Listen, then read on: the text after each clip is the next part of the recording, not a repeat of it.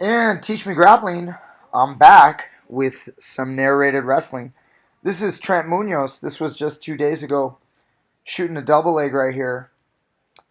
Hitting a nice little lift there, but we lose control of our opponent. So that's not good. We still got an underhook. Our opponent takes a shot. We check a nice underhook lift. Back into the front headlock position. The headlock's not locked. We're using that little flipper. Nice little underhook throw by. Again, losing our opponent. We have not wrestled at all this year. It's been a while because of the COVID situation. Opponent takes a shot there. Nice little arm drag. Gets to a single leg off the arm drag. Heads on the outside. Nice pop in the hips. Lifting. Should have been 2 points right there, but the referee was a little slow.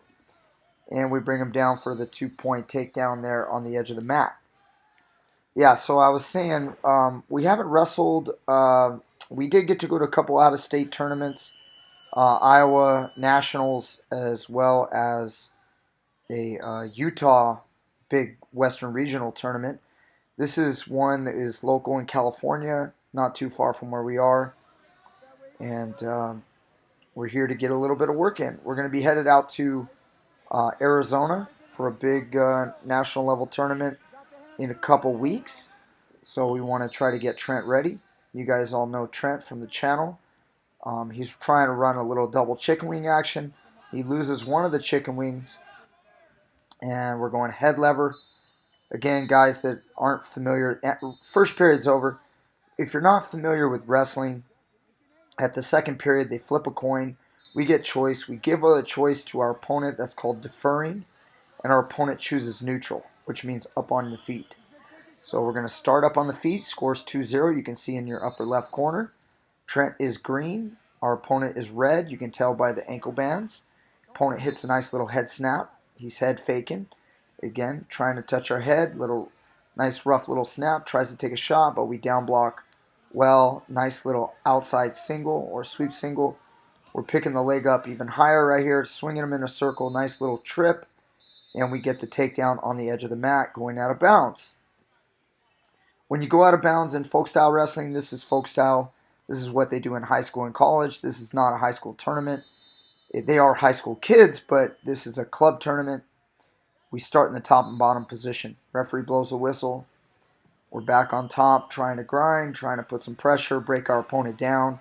A simple strategy, break your opponent down, put him on his back, and try to pin his shoulders to the mat. So you want to keep some good pressure. This is what you see when you're watching MMA, when you're seeing guys like Nurmagomedov keep guys down. Even though he wasn't a folk style wrestler, this is what you get in wrestling. You get a lot of understanding of how to control your opponent, put pressure. We're running a chicken wing there with a half. Trent jump sides, and the referee stops the match. He didn't like the way the far chicken wing was looking. He felt that the opponent's arm was in danger of getting injured. We didn't think it was very bad. After this match was over, I had a little argument with the referee about it. But no points against us or anything. It's not illegal. It's just a potentially dangerous call. There's 29 seconds left in the second period. And we're wearing our opponent out. Scores 4-0, so it's still a fairly close match. But we know we're wearing the opponent out. A lot of times in wrestling, if you can wear your opponent out, you can really start to run the scoreboard up on him. We put a right hook in. We look for the twister right here. As we're looking for a twister or a wrestler's guillotine, I'm worried about my wrestler's back exposure right there. You can actually pin yourself, so I was screaming at my kid to be careful there. We've got the arm behind the back. You got to keep that nice and safe as time runs out. Again, only a 4-0 lead, but at this point, our opponent's definitely cooking. We choose down, and he's getting close to being worn out. So we're gonna try to pour the pressure on. We definitely feel that we're the best wrestler. There's a switch into a hip ice. We get to a sprawl. There's a wizard throw. Our opponent right here, they end up giving the one escape. Our opponent tries like a sacrificial throw. We end up catching him in a head and arm off a stuff in his throw. We get our 5-point move right here. This is 2-point takedown. 3-point near fall, which are back points. Trent purposely doesn't try to pin him. He just wants to get more work in, so he doesn't want it to end yet. We're going to try to run the score up. A technical fall is a 15-point lead. If you have a 15-point lead, the match will be over. Trent's running a cradle right now, and then he's going to pick his opponent up to put him on his back. Our opponent doesn't want to be pinned yet, so he's kicking and flopping really well. He fights off his back. We do get the 3 near fall, 3 more points. So now the score sits at 13-0. So we're getting close to that 15-point deficit. There's only 39 seconds left. So I asked Trent to go ahead and let him go. This is called an optional start. We're going to try to come out to the front headlock, look for a cradle. Again, here's a little strategy right here.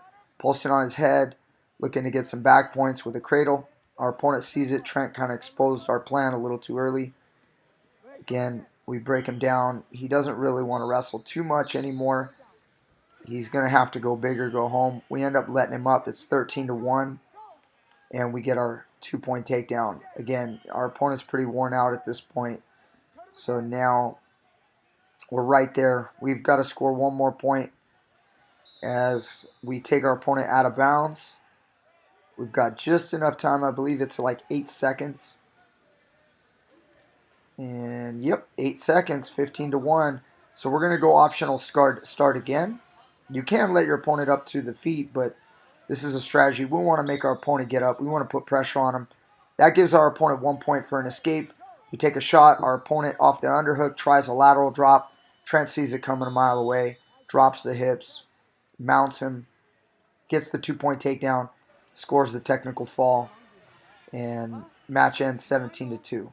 So this was our quarterfinal match, and this opponent in the semifinal, it was kind of funny because he actually put as his team name, this is not a high school tournament, it's a club tournament, as his team name he put I Kill People Wrestling. So it had his name with I Kill People Wrestling. We thought it was pretty funny.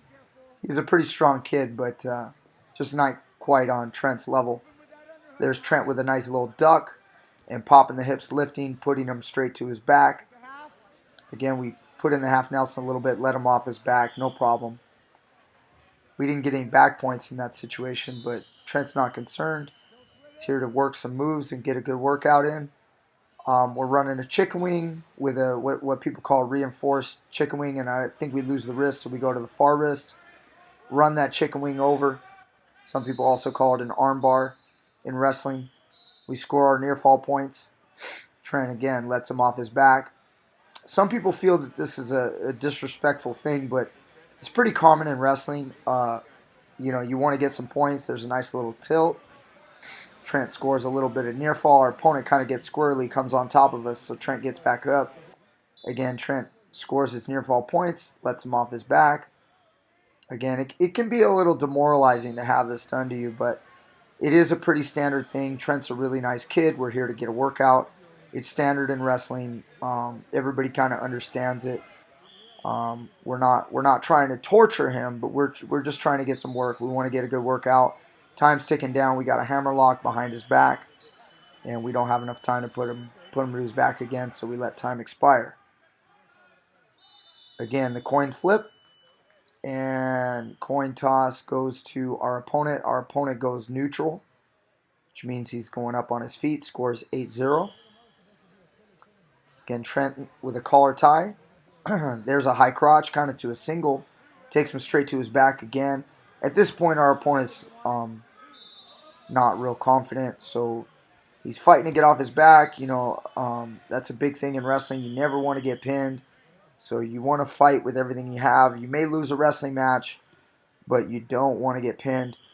So a lot of times, guys will have the guts to continue to fight, but he's definitely mentally out of it.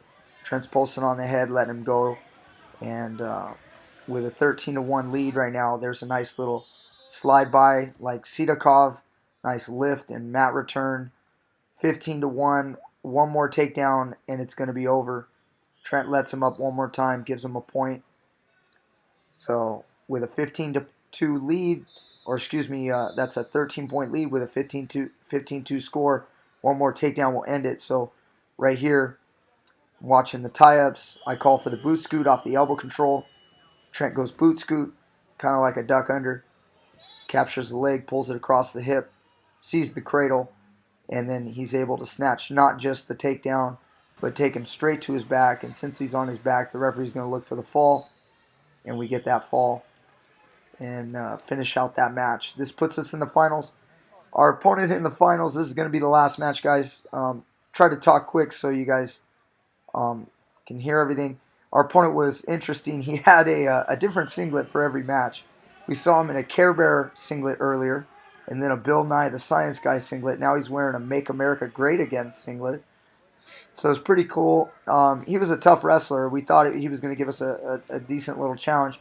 He captured a front headlock right here. Trent was struggling a little bit. You notice we're in control of the elbow. We couldn't get our ear to chest and make the drag out work. But our opponent's going to make a mistake right here and bring his right leg a little too close. Trent snatches it up, pops the hips, and takes him down, scoring the takedown. Our opponent kind of looks for the edge. We bring him back down. So as we're riding right here, Trent's again looking for a head lever. Our opponent's kind of backing up. Notice he's going to do this little backward crawl. He's trying to get near the edge.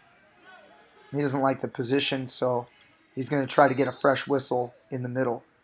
As we get close to the edge, we're still in bounds enough. Trent finally gets that head lever, pulls in the chicken wing. Our opponent's fighting it with everything he's got, and he's still pretty fresh.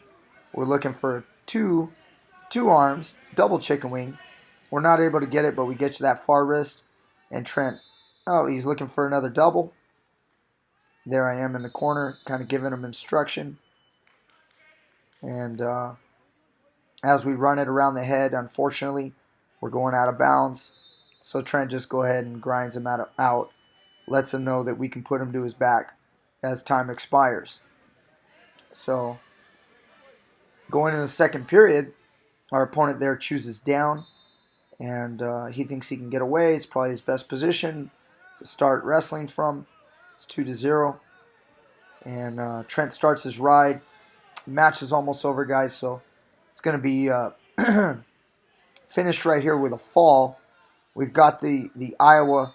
We're trying to run that head lever. Our opponent's going to turn into us. This is part of a bait that we're playing right here. Look for a cradle. As we look for the cradle, it doesn't work, so we chin whip. And then Trent with a nice move with his right foot right there, controlling the body. Gets into a nice deep half Nelson. He's pulling up on the chin. We've got the underhook. Our opponent's got to get off his back, but we've got a nice 12 o'clock leg right here. And that just settles it right in for the fall. Boom, finishes out the day. 3-0, winning the tournament at the Elite 12 in Bakersfield, California.